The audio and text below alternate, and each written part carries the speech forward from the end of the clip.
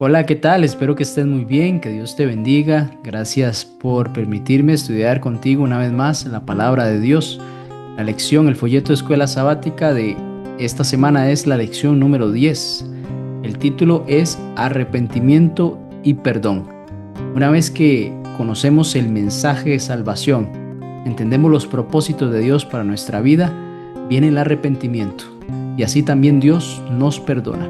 Vamos a estudiar estos dos temas muy importantes en la salvación del ser humano, cómo debe ser el arrepentimiento del hombre, también cómo se produce el perdón de parte de Dios y qué efectos tiene en nosotros. Bueno, estos dos importantes temas vamos a estudiar en esta lección, la número 10. Gracias por permitirme estar en tu dispositivo para estudiar nuevamente la palabra de Dios. Sin más, vamos a ir al estudio. Quédate conmigo, ya casi iniciamos.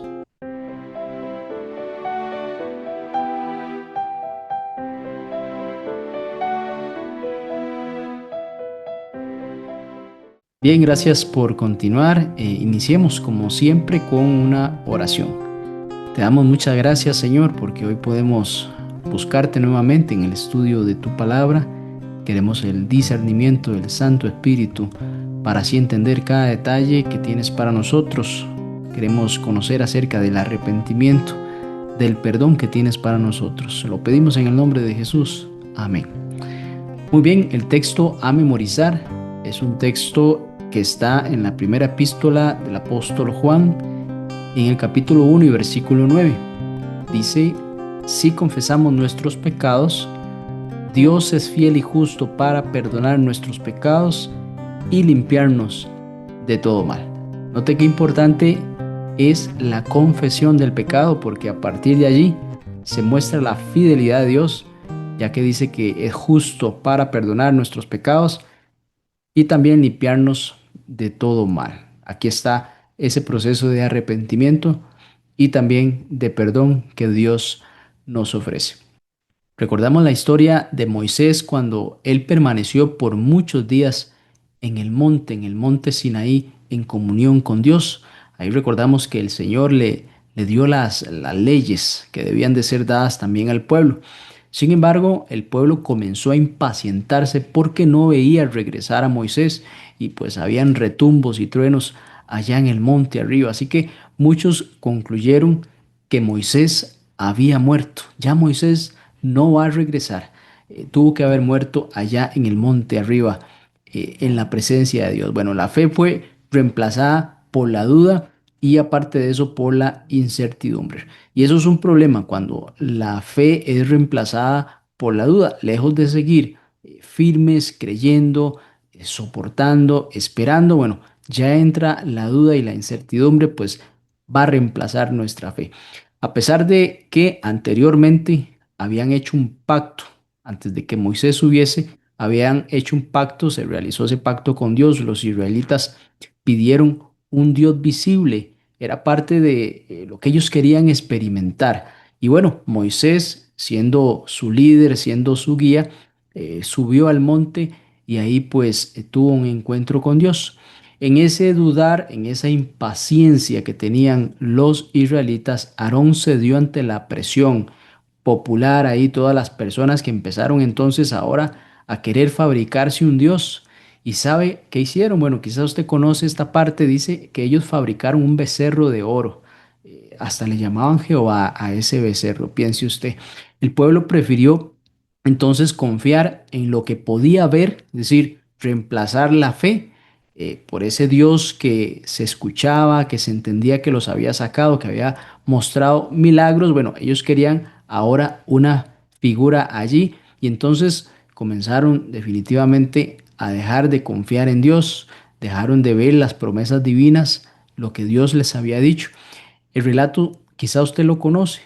Aquí pues se muestra cuán rápidamente se puede desviar el corazón humano. No hace mucho estuvieron en presencia con Dios, vieron viendo los milagros que se habían realizado. Bueno, rápido el ser humano cambia a Dios por otra cosa. En este caso pues se inventaron ahí un becerro. Dios reveló a este pueblo la gravedad de ese pecado, lo que habían hecho. Pero también aquí vemos una característica de Dios. Dios es verdad, pero también es misericordia. Ante ante esa actuación del pueblo, pues definitivamente había una destrucción inminente. Sin embargo, Dios es misericordioso, es amplio en perdonar y les concedió perdón. También Moisés intercedió, buscaba que Dios los continuara considerando en sus planes. Así que aquí hubo también arrepentimiento, hubo perdón y pues son la única solución para restaurar la relación rota con Dios. De lo contrario, si no hay un arrepentimiento, no puede haber un perdón. ¿Cómo se puede restablecer la relación con Dios si eso no existe?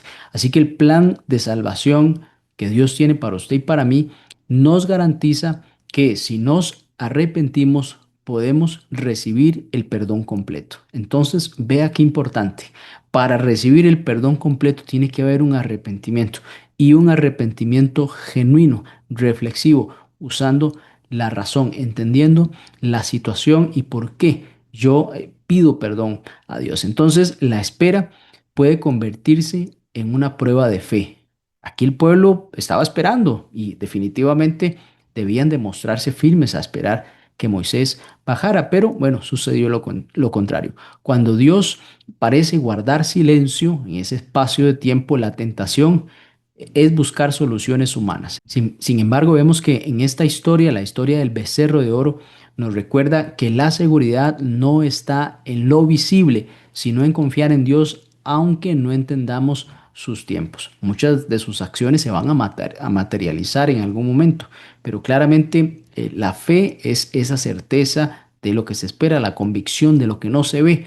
Ellos pues quisieron confiar en algo visible, por eso construyeron este becerro y muchas veces nosotros nos construimos becerros buscando darle solución a eso que estamos esperando. Así que vamos a avanzar con la siguiente parte del estudio.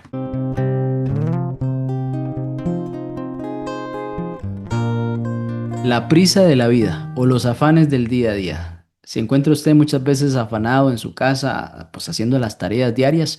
Bueno, en algún momento Jesús llegó a la casa de María, de Marta, también de Lázaro. Ahí pues estaba Marta afanada, haciendo todos los quehaceres para buscar atender a las personas de una buena forma.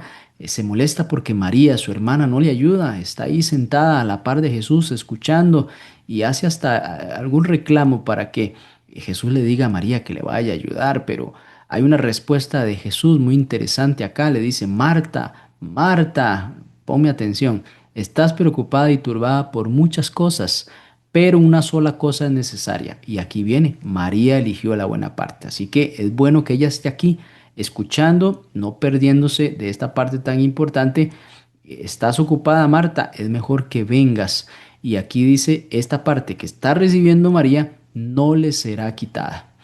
Porque los afanes del día siempre van a existir, siempre vamos a tener que hacer muchas tareas relacionadas a cumplir el día a día, pero no podemos quitar, separar o prescindir la parte espiritual, porque esa parte es la que a nosotros nos va a prevalecer, esa es la parte que va a permanecer, todo lo demás es pasajero. Así que aquí vemos cómo Jesús le llama la atención a Marta en algo que ella pues buscaba servir, pero ahí estaba perdiendo lo mejor. No tenía las prioridades claras en este momento. Así que vemos que las preocupaciones diarias sí pueden desplazar fácilmente las prioridades espirituales. Cuando usted se levanta, si no hace su devocional, rápidamente se le fue el tiempo y ya usted está en otra cosa. A mí me pasa, por eso debemos de tener cuidado en esas cosas.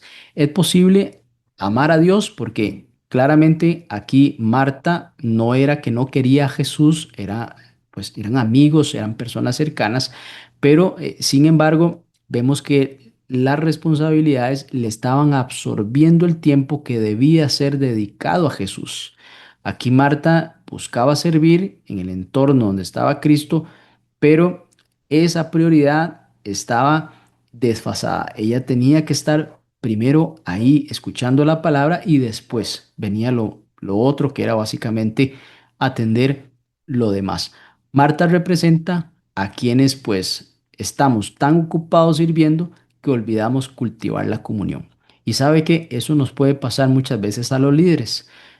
Los servicios de adoración, todos los cultos programados requieren una responsabilidad muy grande. Hay tiempos que se deben de cumplir. Sin embargo, en esa línea de servicio, nosotros no podemos perder el contexto de adoración, de crecimiento de la relación con Dios. Y entonces estamos haciendo bien las cosas, cumpliendo una responsabilidad, pero estamos cultivando la comunión. Esa es la pregunta. Aquí Marta parecía que no estaba cultivando la comunión, sino únicamente estaba muy ocupada sirviendo. Por el contrario, María representa a quienes comprenden que la relación con Cristo debe ocupar el primer lugar.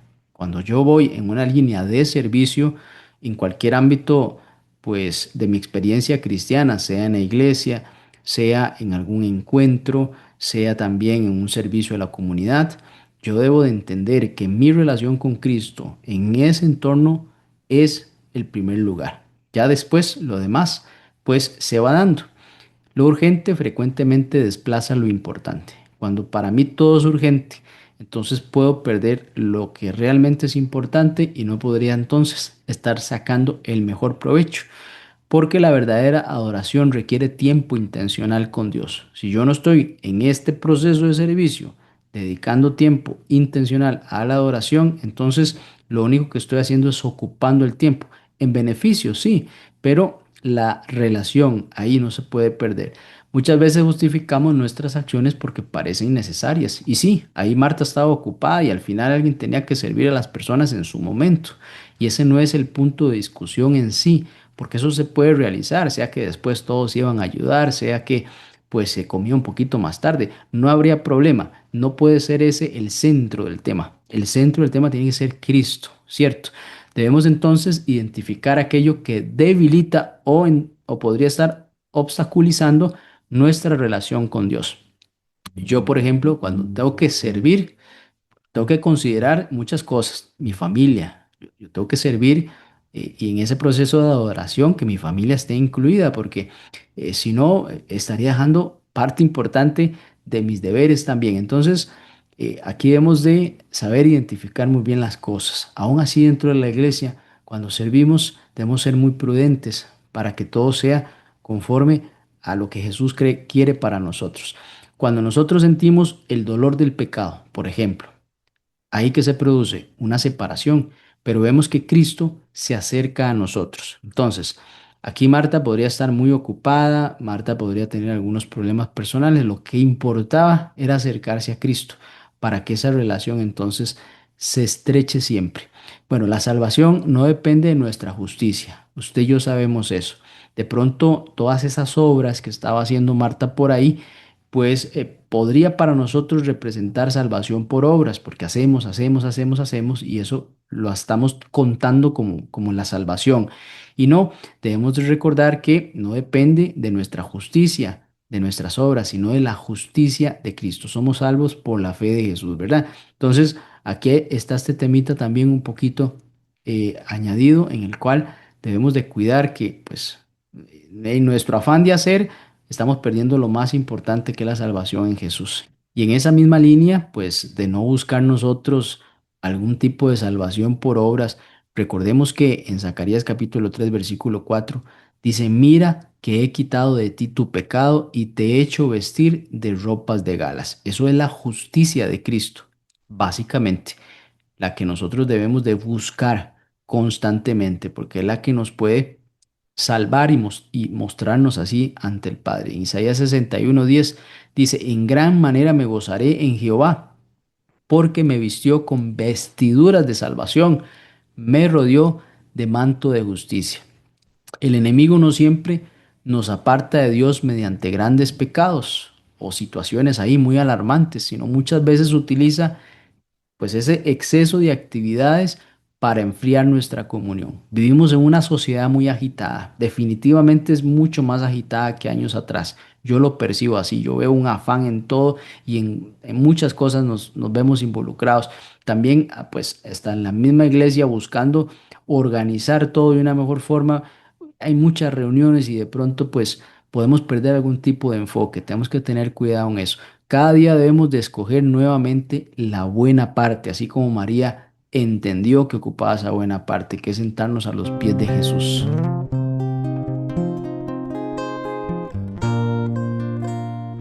Necesitamos las directivas del Espíritu Santo, es decir, su guía, definitivamente sí.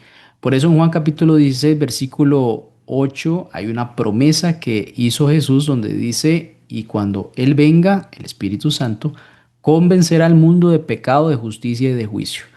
Por mucho que no quieran verlo, por mucho que no quieran percibir, el Espíritu Santo siempre nos va a querer convencer. Es decir, su línea es del convencimiento para que el hombre en su razonamiento pues piense y concluye que tales cosas están mal hechas.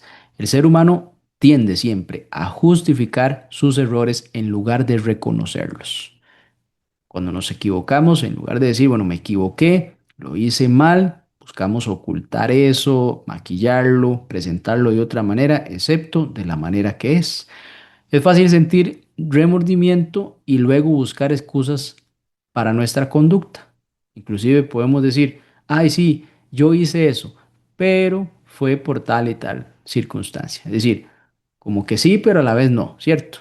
Aquí el Espíritu Santo entonces revela pecados que muchas veces intentamos ignorar cuando pues queremos minimizar, podemos decir, eso que pasó, nuestra conducta, justificarla, ¿cierto? Entonces aquí el Espíritu Santo va pues a hacer ese trabajo intenso, porque la convicción de pecado es una manifestación del amor de Dios. Dios, por medio de su ley, lo vimos la semana pasada, ahí al compararnos nosotros, se nos muestra que hay pecado. El Espíritu Santo se encarga de que el corazón del hombre pueda dimensionar no solo el pecado, sino la gravedad de este.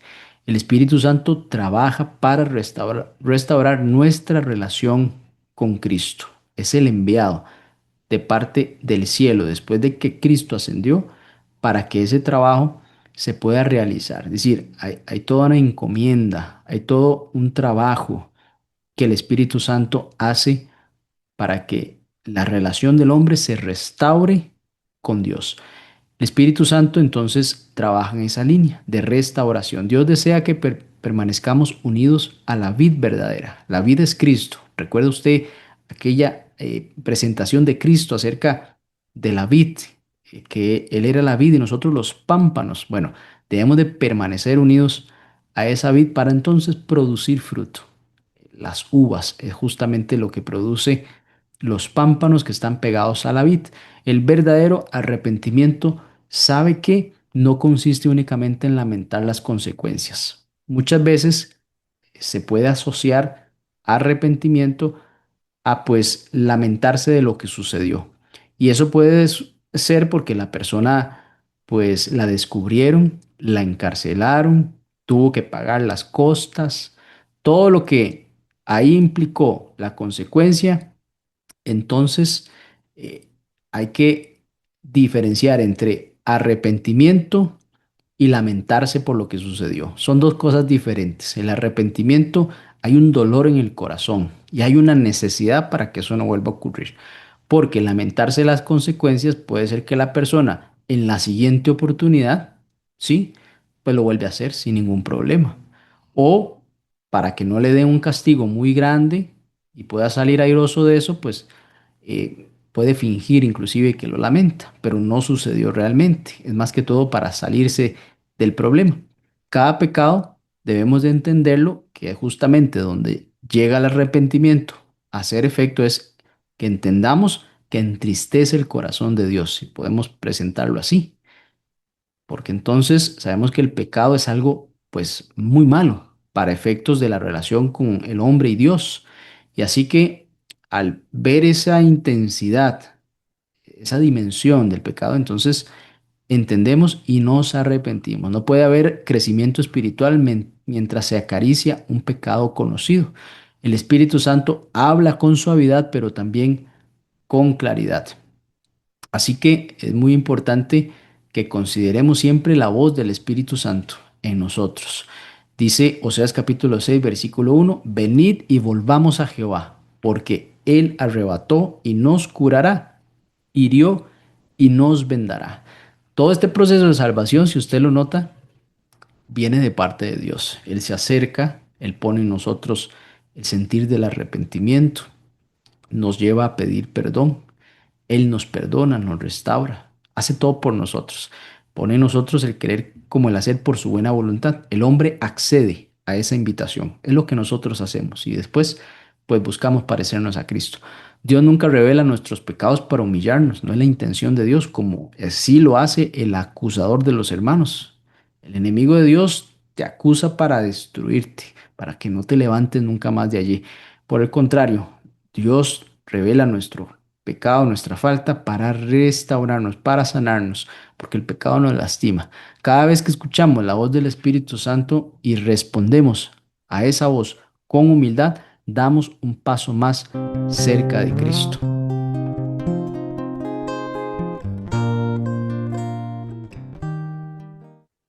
Profundicemos en ese arrepentimiento genuino. Mateo capítulo 3 y versículo 2 dice, arrepentidos porque el reino de los cielos se ha acercado. Es un mensaje de Juan el Bautista, un hombre que venía preparando el camino para el Mesías. Marcos 1:15 dice, el tiempo se ha cumplido y el reino de Dios se ha acercado. Arrepentidos y creed en el Evangelio. El Evangelio son esas buenas nuevas de que el Hijo de Dios llegó a la tierra para morir por los pecados de todos y así entonces aceptar esa salvación. El mundo sabemos que hoy exalta esa autosuficiencia, mientras que Dios llama a la dependencia de Él. Muchas veces podemos cometer ese error de ser autosuficientes aún en los caminos de Dios. Vimos el caso de Sansón, servía, pero creía que él se podía escapar de esas situaciones en las cuales él se metía hasta que en algún momento pues eso lo traicionó. Ahora vemos a Juan el Bautista, vemos que inició su ministerio llamando al arrepentimiento, justamente a dejar de confiar en nuestra propia prudencia, sino más bien buscar los caminos de Dios y ahí entender que necesitamos arrepentirnos, que necesitamos ser transformados por el poder de Dios. Jesús comenzó su ministerio con ese mismo mensaje, es decir, el arrepentimiento es algo tan importante para el cielo porque es volver el corazón, ese corazón que está duro, hacerlo sensible, que la razón del ser humano sea convencida de la necesidad de caminar diferente, de un nuevo ser, en el cual aquí está el poder del Evangelio. El arrepentimiento entonces es indispensable para entrar en una relación correcta con Dios. Debemos de pedirle a Dios que ponga en nosotros el arrepentimiento para así comprender y dimensionar de qué se trata. Buscar restaurar esa relación tiene que ser por medio del arrepentimiento. La bondad de Dios conduce al arrepentimiento. Debemos de pedir a Dios como parte del fruto que Dios pone en nosotros el arrepentimiento. Y así entonces pedir perdón, esa parte nos toca a nosotros. Pedir perdón. Dios pone en nosotros el arrepentimiento y nosotros entonces pedimos perdón. Y el arrepentimiento incluye dolor sincero por el pecado. Lo hemos mencionado. Cuando estudiamos la palabra y vemos todo lo que atravesó Jesucristo por nuestra condición, por nuestra situación, dice la palabra que Dios lo hizo pecado a él. ¿Qué separación sintió Cristo con su Padre al haberlo hecho pecado? Definitivamente eso fue una situación bastante severa, severa de parte, pues, en esa relación de Dios con su Hijo. El arrepentimiento incluye la decisión de abandonar el pecado. Justamente aquí está muchas veces la diferencia muy marcada entre el arrepentimiento y, pues, pensar en las consecuencias únicamente. Es decir, las consecuencias van a venir. ¿Será que yo entonces me arrepiento o simplemente me lamento por lo sucedido? Porque estoy sufriendo algún tipo de consecuencia, ¿cierto? Entonces, el perdón siempre está ligado al arrepentimiento genuino. Algunas personas dicen, no, yo me arrepiento cuando me voy a morir. Qué tremenda declaración esa, porque vemos que el arrepentimiento no viene de la persona, viene de Dios. Así que no es algo que yo vaya a decir en ese momento. Quizás sea más miedo a la muerte, más miedo al momento, y no es un sentimiento, un sentir de arrepentimiento genuino. Por eso el perdón no podría venir si no es genuino. Dios desea que todos procedamos al arrepentimiento antes de la segunda venida. El Señor es paciente, amplio en perdonar, desea que todos los seres humanos consideramos sus caminos para la segunda venida de Cristo, pues ahí estemos todos los que hemos accedido a la voz de Dios, a la voz del Espíritu Santo. Cristo quiere podar nuestro carácter, siendo nosotros esos pámpanos y así entonces producir fruto espiritual.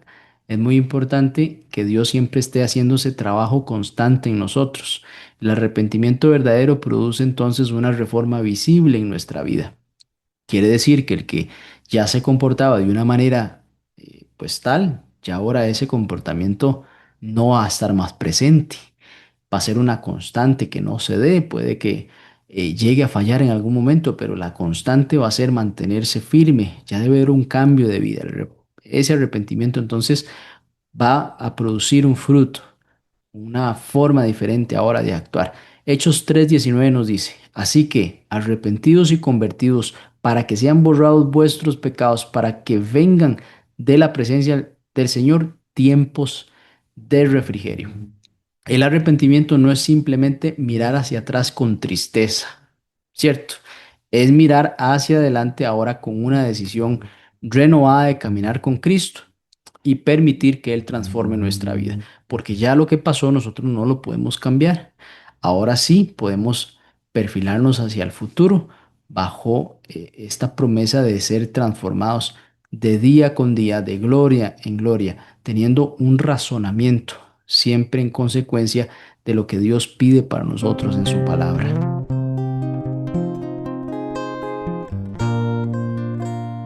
La gracia de Dios es suficiente. En Salmos capítulo 103 y versículo 8, el salmista hace una declaración impresionante donde dice, compasivo y clemente es Jehová, lento para la ira y grande en misericordia. Qué bonito pensar que nuestro Dios es misericordioso, que es lento para la ira, que su misericordia es grande. Dios se revela como misericordioso y lleno de gracia. Si Jehová nuestro Dios fuese únicamente justicia, ya usted y yo no estaríamos aquí, porque la paga del pecado es muerte. Listo, se cumple. No hay nada que hacer. Mas la dádiva de Dios es la vida eterna en Cristo Jesús. Eso es misericordia. La misericordia de Dios nos otorga su gracia, el don del cielo que es Cristo Jesús. La misma declaración que hizo aquí el salmista fue dada después del pecado del becerro de oro, cuando construyeron el becerro de oro. Ahí al inicio de la lección lo mencionamos. Así se describe Dios porque este pueblo era de destruirlo por ese acto definitivamente. Y bueno, aquí vemos la misericordia de Dios, les perdonó y quiso continuar con ellos. Cristo murió para restaurar la relación entre Dios y el ser humano. Ese se llama el ministerio de la reconciliación. Cristo reconciliando a los hombres con Dios. Por eso es muy importante considerar que Cristo es el único medio por el cual usted y yo podemos llegar al Padre, ¿cierto? Muy bien, podemos acudir a Dios una y otra vez en busca de perdón. Eso es impresionante, porque cuántas veces no nos hemos equivocado. Yo perdí la cuenta, mas Dios sigue dándome a mí el espacio del perdón. Yo me acerco a Dios confiado de que arrepentido, Él me va a perdonar. Jesús alivia nuestras cargas que llevamos por causa del pecado. El Señor Jesús llevó sobre su ser, sobre sus hombros, el pecado de toda la humanidad. Tanto así que dice la palabra, como le mencioné, Dios le hizo pecado a Cristo. Así que esas cargas que nosotros debíamos de llevar y básicamente ser castigados por ellas. Por eso el Señor dice, venid a mí todos los que estén trabajados y cargados, que yo los haré descansar.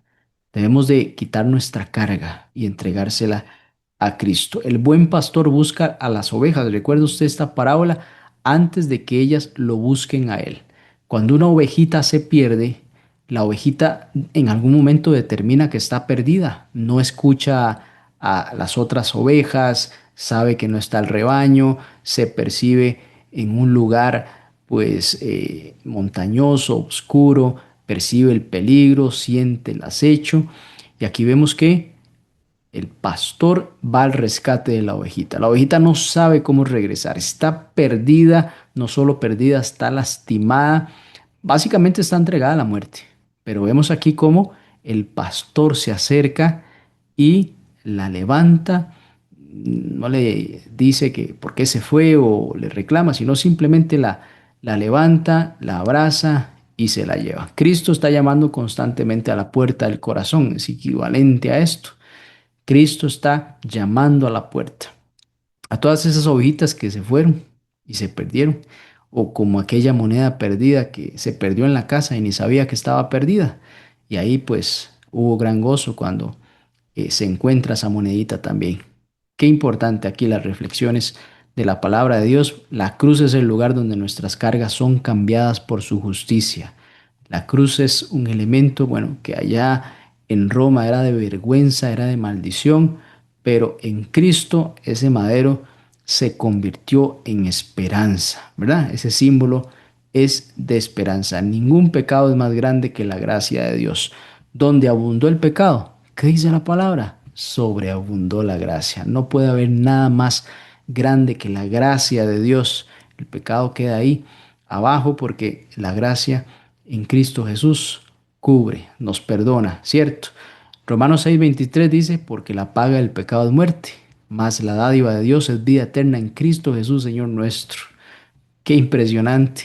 Aquí la muerte ya no prevalece. El pecado que causó la muerte desaparece en Cristo Jesús. Hay vida eterna, ¿cierto?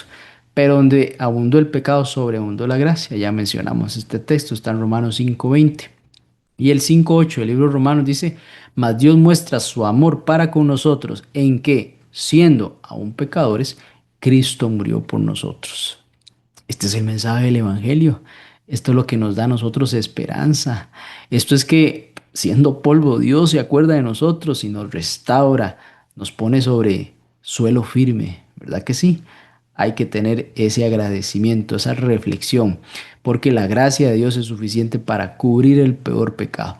Y si hay usted que me escucha, piensa que Dios no le puede perdonar, déjeme decirle que Dios le perdona. Solo vaya a los pies de Cristo y ahí usted encuentra perdón, encuentra restauración de esa relación rota, porque sí, cuando se carga ese pecado, usted siente esa separación con Dios, pero en Cristo Jesús esa relación se puede recuperar. Y no solo la relación, porque la relación en sí lo que trae son beneficios para el ser humano. Hay una nueva oportunidad, un nuevo ser, un nuevo nacimiento. Todo se deja atrás y se emprende ahora hacia la vida eterna. No importa cuán lejos, así, no importa cuán lejos haya caído una persona, no importa cuán lejos usted hoy se sienta de Dios.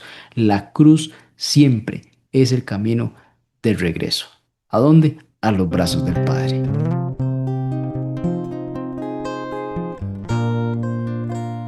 Bien, ¿cuál es el traje más caro? La vestidura más costosa. En Mateo capítulo 22, versículo 1 al 14, está la parábola de la fiesta de bodas, donde un rey quiso organizar una fiesta de bodas para su hijo y fue a invitar los que pues tenían que llegar a esta fiesta. Se preparó todo para que eso se diera, mas las personas no quisieron llegar, estos que estaban invitados, y volvió también a recordarles, a invitarlos, y tampoco quisieron llegar, y hasta pues el extremo de que mataron a esos siervos que llegaban anunciando esta boda. Así que entonces el rey se enojó mucho, mandó a su ejército y quemó toda esa ciudad en respuesta a ese desprecio. Pero entonces también extendió esa invitación a todos los que estaban ahí por el camino, todas las personas extranjeras, todos los que quisieran asistir a la boda. Parece que había un requisito importante, el estar allí presente, no era solo llegar, sino que la vestidura debía de ser apropiada para esa boda. También podemos entender que esa vestidura, pues al invitar a las personas que estuviesen ahí al encuentro de la calle, pues esa vestidura la proporcionaba el rey. Y vemos que estas vestiduras de bodas representan la justicia perfecta de Cristo. Esa vestidura, ese traje que pues podemos decir que no tiene valor en sí porque es invaluable, es esa justicia perfecta de Cristo lograda por su obediencia, por su fe. Jesús, vemos que uno de los hombres que estaba en esta boda, que llegó a esta invitación en esta parábola, aquí dice que se le llama amigo a este hombre que estaba invitado, que llegó a la boda, pero que no estaba vestido de forma apropiada. De hecho, vemos la pregunta que hace aquí a este hombre, le dice, y entró el rey para ver los convidados y vio allí un hombre que no estaba vestido de boda. Note que no tiene el traje que se ocupaba. Y le dijo, amigo, ¿cómo entraste aquí sin estar vestido de boda? Mas él enmudeció. Entonces, sí había requisito, era importante que los que estaban allí estuvieran, ahora sí, vestidos de la justicia perfecta de Cristo. Porque si yo voy con mi propia justicia, que al final se traduce en mis obras únicamente, no puedo presentarme ante el Padre en esas circunstancias.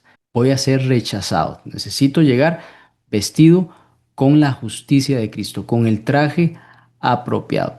Vemos también cómo el carácter perfecto de Cristo es ofrecido gratuitamente al creyente. Entonces, esta vestimenta que este hombre tenía que vestir, no tenía que comprarla, sino que ahí se ofrecía para que se vistiera de esa justicia, podemos decir. También, si nos vamos al puro inicio, Adán y Eva intentaron cubrir su desnudez con hojas de higuera.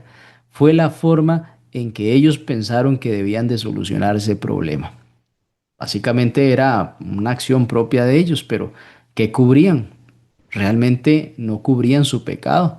Algún aspecto ahí nada más de forma física, pero no se cubría lo que realmente importaba. Así que Dios entonces en esa iniciativa sustituyó esas hojas por vestiduras obtenidas mediante sacrificio, unas pieles de las cuales ellos se vistieron. Así que tuvo que morir un animal para que hubiese piel, ¿cierto? La paga del pecado es muerte.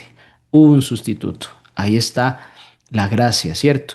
Ningún esfuerzo humano puede producir la justicia necesaria para estar delante de Dios. La persona pues puede ser moralmente buena, correcta y todo. Esto trasciende a otro nivel. Estamos hablando de la justicia de Cristo, el ser que estuvo acá perfecto, el Hijo de Dios, Dios con nosotros. Esa es la ofrenda perfecta, agradable a Dios que podemos presentar. Solamente Cristo puede cubrir nuestra condición pecaminosa. La salvación es un regalo recibido por fe. No se debe de comprar, ese traje no se puede comprar con nada. Así que debemos de aceptar. Así como ese rey que invitó, bueno, también estaba el traje. Debemos de vestirnos porque la invitación está, pero hay que cubrirse con la justicia de Cristo para poder presentarse ante el rey. El manto de justicia debe de aceptarse diariamente. Yo me debo de vestir con la justicia de Cristo, ¿verdad? Bautismo del Espíritu Santo diariamente, todo eso es muy importante. Apocalipsis 19:8 dice, y a ella se le ha concedido que se vista de lino fino, limpio y resplandeciente. Está la iglesia de Cristo. Lino fino, limpio y resplandeciente. Así es. Efesios 5:27 dice, a fin de presentársela a sí mismo, una iglesia gloriosa, que no tuviese mancha ni arruga ni cosa semejante. No comparecemos ante Dios vestidos con nuestros méritos, no se nos ocurra hacer eso, sino con los méritos de Cristo, porque la vestidura más valiosa del universo no se compra ni se gana, se recibe por gracia, porque viene de Dios mismo, Jesucristo, el don, así es. Y así vemos cómo esta semana aprendimos que Dios siempre está dispuesto a perdonar al pecador arrepentido. El Espíritu Santo nos muestra nuestras faltas. Cristo nos ofrece su gracia y su justicia. Y el Padre nos recibe con amor cuando volvemos a Él. Al aceptar diariamente el perdón de Dios y permanecer cerca de Jesús, nuestra vida es transformada y nuestra relación con Él se fortalece. Vamos a orar para finalizar. Señor, muchas gracias por tu amor, también por tu perdón y por tu gracia. Ayúdanos a reconocer nuestros pecados, a arrepentirnos sinceramente y a vivir cada día revestidos de la justicia de Cristo. Que nada nos aparte de tu presencia y que permanezcamos fieles hasta tu venida. En el nombre de Jesús lo pedimos. Amén. Muy bien, gracias por acompañarme. Nos vemos la próxima semana, si el Señor así lo permite. Hasta pronto.